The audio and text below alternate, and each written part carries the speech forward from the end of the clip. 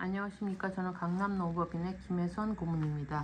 오늘도 정봉수 노무사님 모시고 오늘 특별히 출장을 다녀오셨는데, 앞으로 이제 우리 초고령화 사회에서 지자체별로 이런 어르신 일자리 위원회 같은 것들이 이제 생기는 것 같습니다. 거기에 초대받아서 다녀오셨는데 어떤 내용인지 한번 소개를 해주시죠.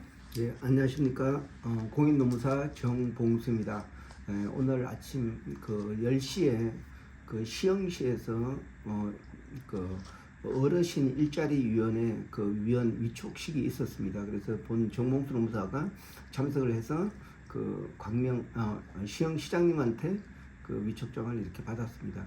그런 다음에 거기서 회의도 하고 자기들이 예산이나 지금까지 하는 업무 실적에 대해서 설명하고 그런 다음에 약간 다들 토론회가 있었고, 그리고 점심까지 먹고 이제 왔습니다.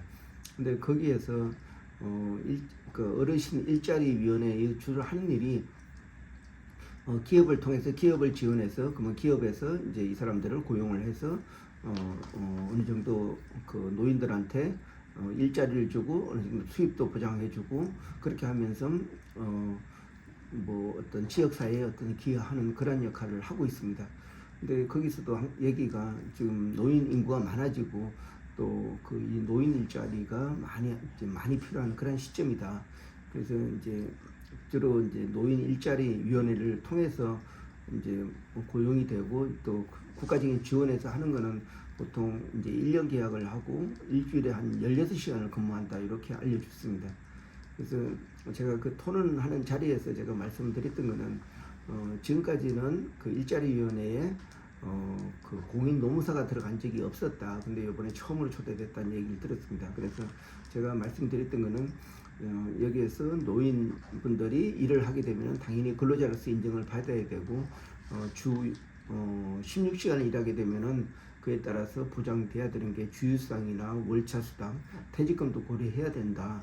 근데 거기에 참석했던 어떤 한 교수님이 여기에서는 일자리위원회에서 근무하는 노인 근로자들은 근로자가 아니다 이렇게 말씀을 하셨습니다. 근데 제가 보는 입장에서는 정해진 시간을 근무하고 그것도 시간 근무한 대가로 임금을 받는데 당연히 근로자라고 생각됩니다. 그래서 또 노인들이다 보니까 좀 거동도 불편하고 그런 차원에서 어떤 출퇴근제 이런 또 발생할 수가 있고 또 일하다가 다칠 수도 있고 그러면 이런 산재 문제에 대해서 공인노무사가 이렇게 지원해 줄 수 있다. 그리고 또 근로계약이나 또 노동관계에 있어서 문제가 생겼을 때 사전 예방해 주는 게 공인노무사다. 이런 차원에서 접근을 했습니다. 그래서 근로기준법 18조에 보면은 단시간 근로자의 어떤 근로조건으로 되어 있습니다.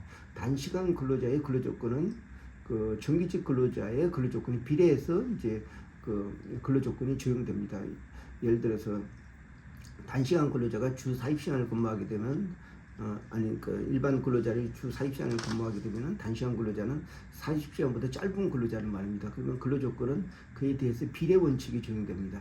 그런데 또 단시간 근로자의 근로시간이 현저히 짧은 근로자로서 일주에 15시간 미만자, 다시 말해서 4주 평균 일주간에 15시간 미만자, 아니면 또 월 60시간 미만자들 같은 경우에는 퇴직금이나 주휴수당, 연차수당, 또 월차수당이 또 발생을 하지 않습니다.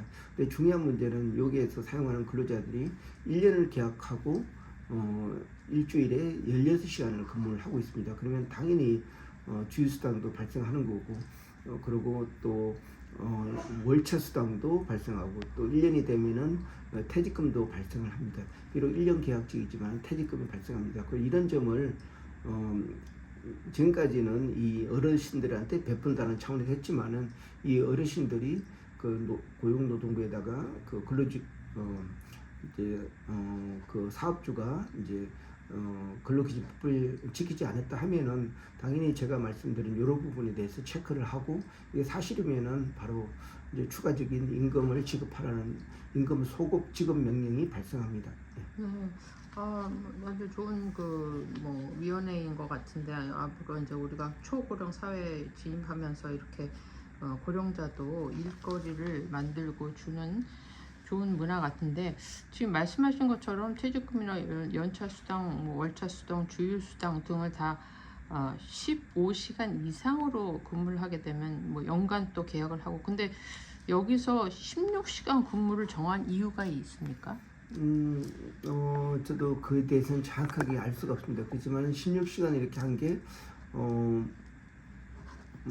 보통 하루에 3시간이나 4시간씩 근무를 하고 일주일을 이렇게 하다 보니까 아마 16시간이 된 것 같습니다. 근데 사실 이제 15시간 미만, 그래서 15시간 안 되는 시간을 하게 되면은 이 사람들 같은 경우는 어떤 근로자의 어떤 전속성이었기 때문에 이렇게 퇴직금도 발생 안 하고 주휴수당 또 월차수당, 연차수당이 발생하지 않습니다. 근데 이렇게 16시간을 하는 거는 아무리 그 노인 일자리라고 하지만은 최소 일할 수 있는 시간을 보장해 주기 위한 그런 내용인 것 같습니다. 그래서 뭐 하루에 뭐 3시간에 4시간 정도 일하고 이제 일주일 동안 일을 하게 되기 때문에 16시간이 정해지지 않나 그렇게 생각하고 있습니다. 네, 여하튼 시흥시에서 그렇게 우리 그 정부 노무사님을 초청해서 그렇게 그 위원회를 꾸는 것은 아주 좋은 일인 것 같고 미리부터 우리 그 강남노부를 대표하셔서 그런 그 자문을 해주셔야 사실 그쪽에서는 속 적응 안 할 수 있는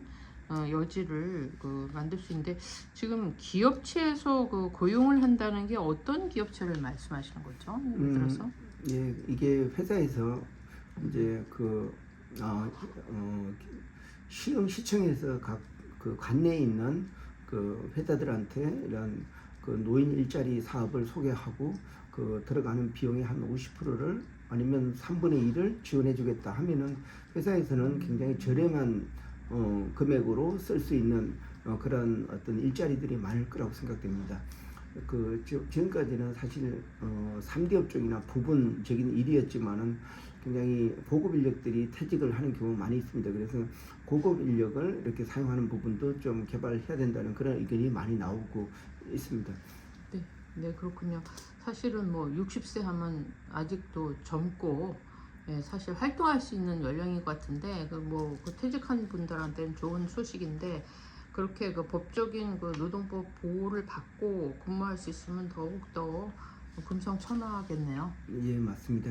네, 여기서 저희가 그 어르신 일자리 위원회에서 회의를 하는 중에 그 고객들의 어떤 그 일자리에 해당되는 근로자분들을 비디오를 찍어서 올려준 내용이 있습니다. 그 내용을 보니까 약간 두 가지가 있었습니다. 하나는 애로사항을 얘기하고 하나는 좀 고마움을 얘기를 하는 게 있는데 이 나이에 취업을 했고 또 수입이 생기고 그리고 일이 바빠지기 때문에 더 건강해졌다 이런 내용도 이제 있었습니다.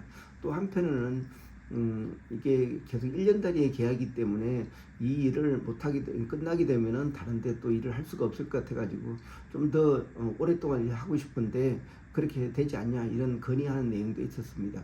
네, 말씀하신 것처럼 이렇게 60세 이상에 돼서 만약에 이제 활동을 안 하고 집에만 있을 경우에 사실은 우리나라 건강보험 재정이 많이 이제 없어지고 있는 상황에서 사실 일을 하면서 건강을 지키는 좋은 프로그램인 것 같습니다. 예, 맞습니다. 그래서 저도 공인 노무사로서 이렇게 시흥시까지 가는데 우리 강남 노무법인에서 시흥시까지 가는데 약 한 1시간 30분 정도 걸립니다.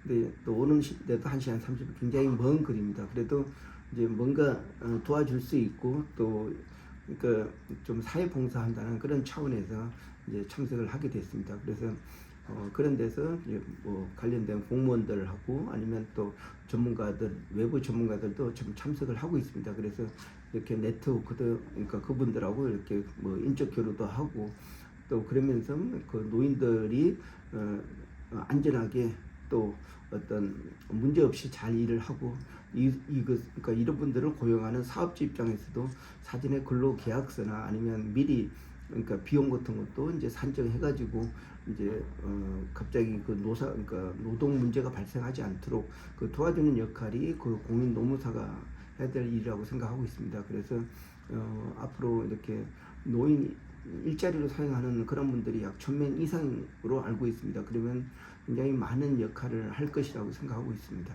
네, 여하튼 그 전국 단위로 이런 어르신 일자리 위원회가 생길 것으로 예상이 되는데 뭐 있겠죠. 다른 지역도 우리 그 농업법인에서 어떤 그 표준화된 그 뭐 노인들을 위한 계약서라든지 노무자본이 정착이 돼서 앞으로 다른 지역에서도 많이 답습을 했으면 좋겠습니다. 예, 좋은 말씀입니다. 저도 처음 참석하기 때문에 이제 앞으로 이제 감망하는 자세로 참가했는데 이런 문제를 사전에 저도 이제 위원으로서 어르신 일자리 위원회 위원으로서 좀 더 관여를 하고 또 이렇게 지금까지 잘 됐지만은 그게 법에 저촉이 없었는지 자세히 살펴보고 좀 자문을 해주고 나름대로 그 전문 직업인으로서 이제 더 이러한 제도를 활성화시킬 수 있도록 좀 더 노력을 기여하도록 노력하겠습니다. 네, 오늘 말씀 감사합니다. 예, 고맙습니다.